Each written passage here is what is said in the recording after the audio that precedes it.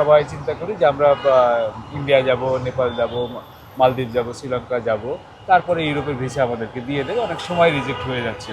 তো তারই একটা বিকল্প উনি আমাকে সাথে শেয়ার করছিলেন মেলাতে যখন কথা হচ্ছিল। ফার্স্ট চয়েস আমি যদি এখন বলি সেটা হচ্ছে আপনি মালয়েশিয়া যারা যাচ্ছেন তাদের জন্য একটা স্পেশালি মেসেজ। আপনারা আজারবাইজান কনসুলেট যেটা কুয়ালালামপুরে আছে সেখান থেকে আপনারা চাইলে এখন আজারবাইজান ভিসাটা নিয়ে নিতে পারেন। ওরা চিন্তা করে যে আপনি ট্রাভেল হিস্ট্রিগুলো কোর্সে নিয়ে ওর ভিসা গেট করার জন্য 22 লক্ষ টাকা খরচ করে, তাহলে তো সে এতগুলো দেশ ঘুরে তারপরে ইউরোপের ভিসা এমনিতেই পাবে। জি জি জি জি তো ওই ছেলের দরকার নাই তো কোনোভাবে এই অবৈধ পথে জীবনের ঝুঁকি নিয়ে। এই জায়গাটা তো গ্যাপ, এই জায়গাটা আসলে এই জিনিসটা মানুষ বোঝে না বা অনেকে ভয় পায়। এই ভয়টা আমি চাই দূর করার। সেটা আপনি ট্রাভেল করে দেখা যাচ্ছে 12 থেকে লিগ্যাল পথে 12 লাখ টাকার মধ্যে আপনি কভার করে ফেলতে পারবেন। 12 লাখ সিকিউর করে ফেলতে পারবেন। 10 লাখ টাকা দিয়ে আপনি ওখানে যে ভালো একটা ব্যবসা শুরু করতে পারবেন। From the runway to the skies, this is where our aviation story begins. Aircraft, airports, and thrilling journeys all in Bangla for the world. Discover the wonders of aviation, the known, the unknown, and the stories that make the skies come alive. And salute to Bangladesh's remittance warriors, our heroes abroad keeping the nation moving forward. I am Jolhas Kabir. Welcome to the skies and to the stories that truly matter. আমরা আরেকটা বিকল্প tour প্ল্যানের কথা আমি এই roaming বাংলাদেশের আপনার সঙ্গে আগে পরিচয়টা হই। আমি সাদাত হোসেন, আমি সিনিয়র সেলস এক্সিকিউটিভ হিসেবে আছি। যদি আমি পার্সোনালি আমি ট্রাভেল লাভার, আমি অলরেডি 30 কান্ট্রি অলরেডি ট্রাভেল ডান, দেশ তিনি ভ্রমণ করেছেন। এবং সবচেয়ে মজার কথা হচ্ছে সবারই স্বপ্ন থাকে যে সুইজারল্যান্ডের ভিসা নিয়ে সুইজারল্যান্ড যাবে, দেখবে। আর মানে ফরচুনেটলি আর আনফরচুনেটলি আমি লাকিলি সুইজারল্যান্ডের ভিসায় আমার পাসপোর্টে পাইছি, এবং আলহামদুলিল্লাহ আমার ফার্স্ট ইউরোপ কান্ট্রি ছিল সুইজারল্যান্ড। মানে সুইজারল্যান্ড গেছি, জুরিক লেক, অ্যামেজিং মানে ওইটা অন্যরকম একটা প্যারাডাইস, মানে আর্ট প্যারাডাইস। ছবিতে ওইভাবে ফুটানো যায় না। জি জি এক্স্যাক্টলি না দেখলে আসলে এটা বোঝার মতো কাউকে বোঝানো যায় না। আল্লাহ আসলে পৃথিবীকে অনেক সুন্দর করে যে বানাইছে, আসলে এটা দেখার আসলে অনেক কিছুই আছে। এই যে যারা দেখতে চান পৃথিবীটাকে ঘুরে, কিন্তু আপনি প্ল্যান করছেন কিন্তু আপনি যেতে পারছেন না, পারফেক্টলি হচ্ছে না, আপনার ভিসা রিজেক্ট হচ্ছে। কিন্তু আমরা এখন গতানুগতিকভাবেই করে থাকি। সবাই চিন্তা করি যে আমরা ইন্ডিয়া যাব, নেপাল যাব, মালদ্বীপ যাব, শ্রীলঙ্কা যাব, তারপরে ইউরোপের ভিসা আমাদেরকে দিয়ে দেবে, অনেক সময় রিজেক্ট হয়ে যাচ্ছে। তো তারই একটা বিকল্প উনি আমাকে সাথে শেয়ার করছিলেন মেলাতে যখন কথা হচ্ছিল। বেশ ইন্টারেস্টিং লাগলো। তারপরে আমি চিন্তা করলাম যে ঠিক আছে, রোমিং বাংলাদেশের যে পরিকল্পনা, তারা যেভাবে আসলে আপনাকে ট্রাভেল হিস্ট্রিটা তৈরি করে দিচ্ছে বা ভারী করে দিচ্ছেন আপনার প্রোফাইলটা, সেটির একটা বিকল্প রুট তিনি আমাকে বলছিলেন। আপনি যদি বলেন আজারবাইজানের একটা কথা বলছিলেন। জি, আসলে আমরা বেসিক্যালি ট্রাভেল করি যারা বাংলাদেশ থেকে, তারা তো জানি কি ব্যাপারটা ট্রাভেল করা আমাদের জন্য কতটা মানে চ্যালেঞ্জিং। আসলে কেননা আমাদের এখান থেকে বিমান ভাড়ার অনেক একটা মানে আপস অ্যান্ড ডাউন আছে, যেটা স্টেবল না।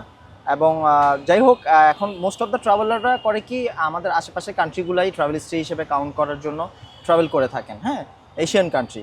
কিন্তু তারপরে হয় কি একটা সময় পরে তারা এই ইউরোপ, আমেরিকা এগুলাতে অ্যাপ্লাই করে, কিন্তু তখন দেখা যায় যে ওখানের যে কনসুলাররা ওরা কানেক্ট করতে পারে না যে তুমি আমার পাশের দেশে ঘুরলা না, সো ওয়াই মি। তো ব্যাপারটা ওরা সাসপিশিয়াসলি নেয়, ঠিক আছে। তো বিশ্বাসযোগ্য হয় না, তারা কন্টেক্সট খুঁজে পায় না, রাইট। ওরা চিন্তা করে যে আপনি ট্রাভেল হিস্ট্রিগুলো কোর্সে নিয়ে ওর ভিসা গেট করার জন্য আপনার ট্রাভেল হিস্ট্রিগুলোর কথা। হ্যাঁ, আমি বেসিক্যালি যেটা বলতেছি নেপাল, শ্রীলঙ্কা, ভুটান, মালদ্বীপ, মানে আমরা গতানুগতিক যেগুলো, মানে যেগুলো আমাদের জন্য ইজি অ্যাক্সেসেবল, হ্যাঁ।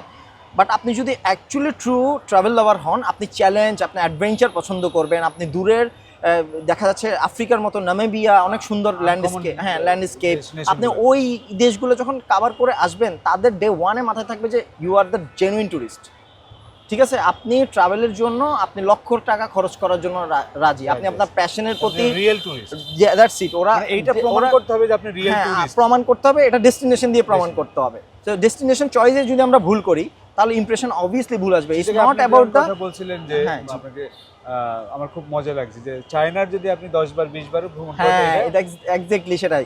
আপনি কাউন্ট করেন না, সেটা কেমন কাউন্ট ওভাবে করে না, তাদের সেন্স অফ হিউমার এভাবে কাজ করে যে আপনি চায়না গেছেন এবার 20 বারই যান, সেটা ট্রাভেল হিস্ট্রি হিসেবে সে কাউন্ট এই জন্যই করে না, কারণ আমরা মোস্ট অফ দ্য বিজনেসের কারণে চায়না যেয়ে থাকে, এবং মোস্ট অফ দ্য কনসুলার এই জিনিসগুলো জানে। সো জানার পরে সে আসলে ওটাকে ট্রাভেল হিস্ট্রি হিসেবে কাউন্ট করতে চায় না, যদিও এটা অফিসিয়ালি ট্রাভেল হিস্টোরি, বাট এটা মিন করতেছে না যেটা অ্যাকচুয়ালি আপনি কানেক্ট করতে চাচ্ছেন। ট্রাভেলারের জন্য এনাফ না, এক কথায় এনাফ না। সো আপনাকে এখন যেটা করতে হবে একটু ডিফারেন্ট মানে ডেস্টিনেশন চয়েস করতে হবে। যে কি হতে পারে সেটা ফার্স্ট চয়েস আমি যদি এখন বলি সেটা হচ্ছে আপনি মালয়েশিয়া যারা যাচ্ছেন তাদের জন্য একটা স্পেশালি মেসেজ, আপনারা আজারবাইজান কনসুলেট যেটা কুয়ালালামপুরে আছে সেখান থেকে আপনারা চাইলে এখন আজারবাইজান ভিসাটা নিয়ে নিতে পারেন। হ্যাঁ, যেহেতু আমাদের এখানে কনসুলেট নেই, সো ওখান থেকে এখন ভিসা রেশিওটা ভালো। তো সেই ক্ষেত্রে কিছু স্পেশাল প্রসিডিওর আছে, আমরা সেই জায়গাতে আপনাকে অ্যাসিস্ট্যান্স করব। ফাইল প্রসেসিং থেকে শুরু করে কিছু এক্সট্রা ডকুমেন্ট প্রোভাইড করা লাগে যে কেন আপনি মালয়েশিয়া থেকে ভিসাটা নিচ্ছেন। হ্যাঁ, এটা কানেক্ট করাই দিতে হবে। হ্যাঁ, এই কানেক্টের জন্য আমরা স্পেশালি তো এই যে ফাইলটা টোটালটা আমরা রেডি করে দিব। জাস্ট কাস্টমার আমাদের ক্লায়েন্টরা যারা আছেন ওরা ওখানে মানে অ্যাম্বাসিতে সশরীরে ফাইলটা জমা দিয়ে, পাসপোর্টটা জমা দিয়ে দেন তারা ভিসাটা গেট করে। হ্যাঁ, মানে আপনারা ওইখানে পুরোটা হেল্প করবেন? আমরা পুরোটা ভার্চুয়ালি আমি এখানে আগামী মাসে পুরোটা গোছাই দিব। মালয়েশিয়া, হ্যাঁ, মালয়েশিয়াতে যে আমি আজারবাইজান ট্যুর করতে চাই, জি, সেই ক্ষেত্রে আমি আপনার পুরো হেল্পটা পাবো? হ্যাঁ, পাবো। ফার্স্ট অফ অল আমরা ভিসা সিকিউর করার ট্রাই করব। হ্যাঁ, ওইখানে ভিসা প্রসেসিং এর যা সবকিছু আমরা করব। আমাকে কি নিজে এমবাসিতে ফেস করতে হবে ওখানে? না, জাস্ট ফেস না, এটা হচ্ছে সশরীরে আপনার থেকে পাসপোর্টটা যে সে নিবে এবং আপনাকেই সে রিসিভ করবে। এটা অথরাইজ সিস্টেমটা নাই আর। মানে আমি যদি মালয়েশিয়াতে যাই তারপরে আমি প্ল্যান করব যে আমি কাছাকাছি এই দেশগুলো আজারবাইজান। এখন তো সব কান্ট্রি অ্যাকসেপ্ট করবে না, যেহেতু আমাদের জন্য ডেজিগনেট করা কনসুলেটগুলো, বাট ওরা আমাদেরকে একটা স্পেশাল কনসিডার করতেছে এখন মালয়েশিয়া। জি, সো ওই কুয়ালালামপুরে ওদের যে কনসুলেট তারা যেহেতু স্পেশাল কনসিডার করতেছে, এটা বেশি দিন থাকবে না। বাট এখন যারা অ্যাডভান্টেজ নিয়ে ফেলতেছে, আপনি যান বা না যান, এটা আপনাকে পরবর্তী ভালো কান্ট্রি ভিসা গেট করার ক্ষেত্রে মারাত্মক লেভেলে হেল্প করবে। আচ্ছা, ধরেন আমি প্ল্যান করে গেলাম যে আজারবাইজান যাব। হ্যাঁ, আমি ভিসা করতেও দিলাম, ভিসা হয়ে গেল, হ্যাঁ, আমি গেলাম না, তাতে আমার কি ইমপ্যাক্ট? তাতে আসলে বেসিক্যালি এটা একটা দুইটা ভিসার ক্ষেত্রে ইজ ভেরি নর্মাল। আপনার কাজ থাকতেই পারে, আপনি অসুস্থ হইতেই পারেন, আপনার কোনো একটা অ্যাক্সিডেন্ট হইতেই পারে। সো এটা জাজমেন্ট করার কোনো সুযোগ নাই যে একটা ভালো কান্ট্রির ভিসা পাওয়ার পরও আপনি ট্রাভেল করেন নাই, আপনি ওদের ভিসাটাকে অপমান করছেন। ওরা এই সেন্সে চিন্তা করে না। ওরা যেটা চিন্তা করে সেটা হচ্ছে যে আমি ওকে ভিসা দিছি, বাট ওর যদি কোনো ব্যাড ইনটেনশন থাকতো সে ওখানে যাইতো এবং সে সেটা করে ফেলতো।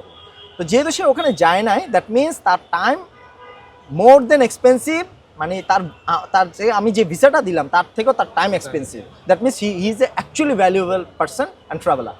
তো সেই ক্ষেত্রে যারা মালয়েশিয়াতে ট্যুরে যাচ্ছেন তাদের জন্য এটা বিশাল একটা সুযোগ। আপনারা আজারবাইজান এটা ট্যুরটি প্ল্যান করতে পারেন। খরচের বিষয়টা যদি আপনার সঙ্গে খরচটা অ্যারাউন্ড দেখেন, যেহেতু এটা মোটামুটি ইউরো এশিয়ার মিডল সাইড এবং ওখানে যেহেতু আমাদের মানে ফ্লাইটগুলোর প্রাইস তো আপনারা জানেন যেহেতু আপ ডাউন করে, বেসিক্যালি আমি একটা অ্যাপ্রক্সিমেট ধারণা দিতে পারি, সেটা হচ্ছে অ্যারাউন্ড 85-90।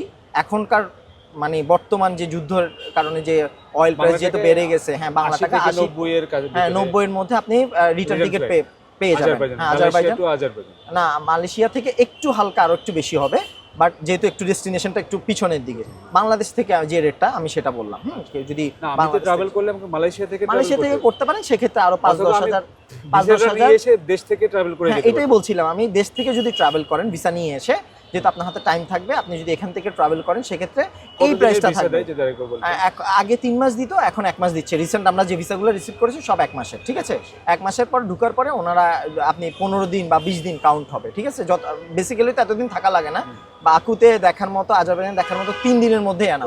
আমি 80-90 হাজার টাকা খরচ করে একটা ফ্লাইট করে গেলাম, হ্যাঁ, আমি আশপাশের আর কোনো দেশে আশপাশের কান্ট্রি, সেটা হচ্ছে আপনি আজারবাইজানটা কমপ্লিট করে আসার পরে, যেহেতু আমরা তুর্কি ভিসাটা একটু হার্ড গেট করা এখন বর্তমান সিচুয়েশনে, সো আপনি এরপরে আপনি আলবেনিয়া এবং মন্টিনিগ্রো চয়েস করতে পারেন, যেহেতু এই দুটোটা সেনজেনের একদম পার্শ্ববর্তী দেশ।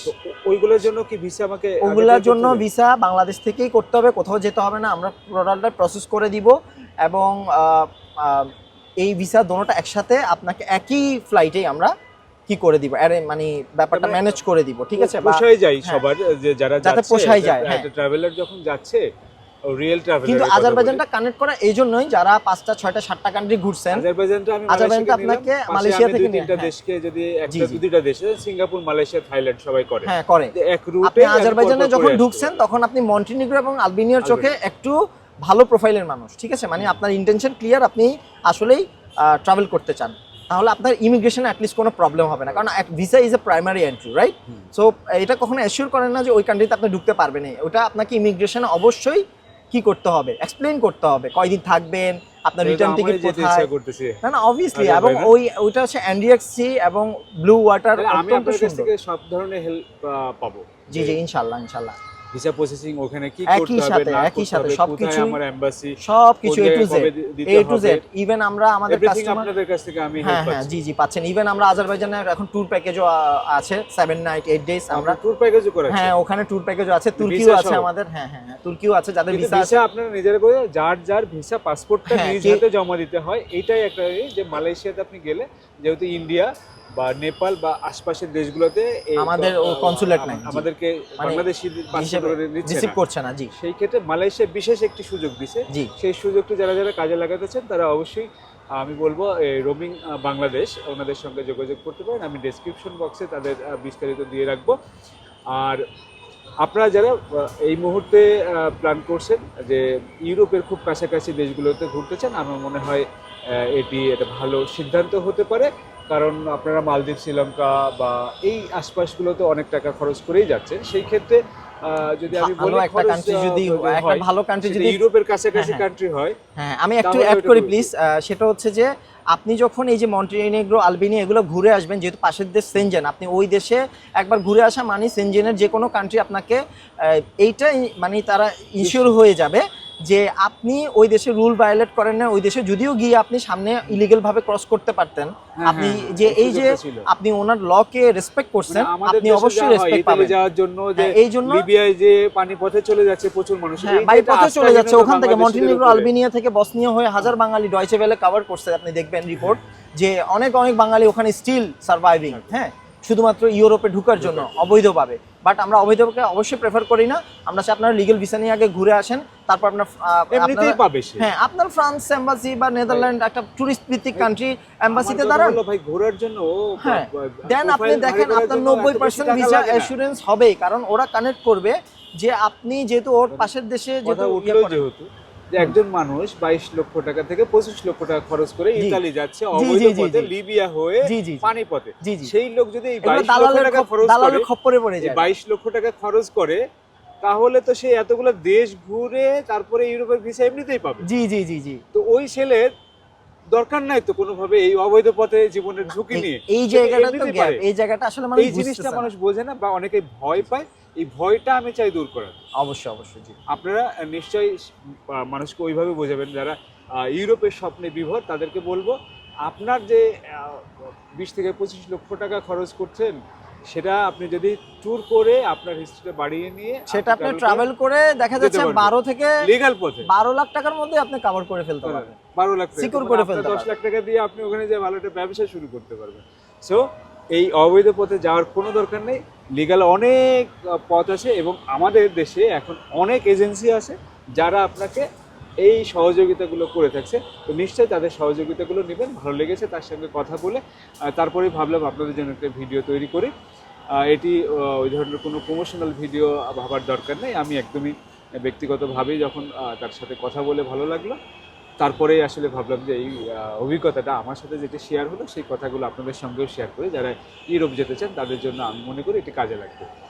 তো ভিউয়ার্স, দেখা হবে আবারও নতুন কোনো ভিডিওতে। সে পর্যন্ত ভালো থাকুন, সুস্থ থাকুন, নিরাপদে থাকুন। আমি জুলহাস কবির বিদায় নিচ্ছি আজকের মতো। From the runway to the skies, this is where our aviation story begins. Aircraft, airports, and thrilling journeys all in Bangla for the world. Discover the wonders of aviation, the known, the unknown, and the stories that make the skies come alive. And salute to Bangladesh's remittance warriors, our heroes abroad keeping the nation moving forward. I am Jolhas Kabir. Welcome to the skies and to the stories that truly matter.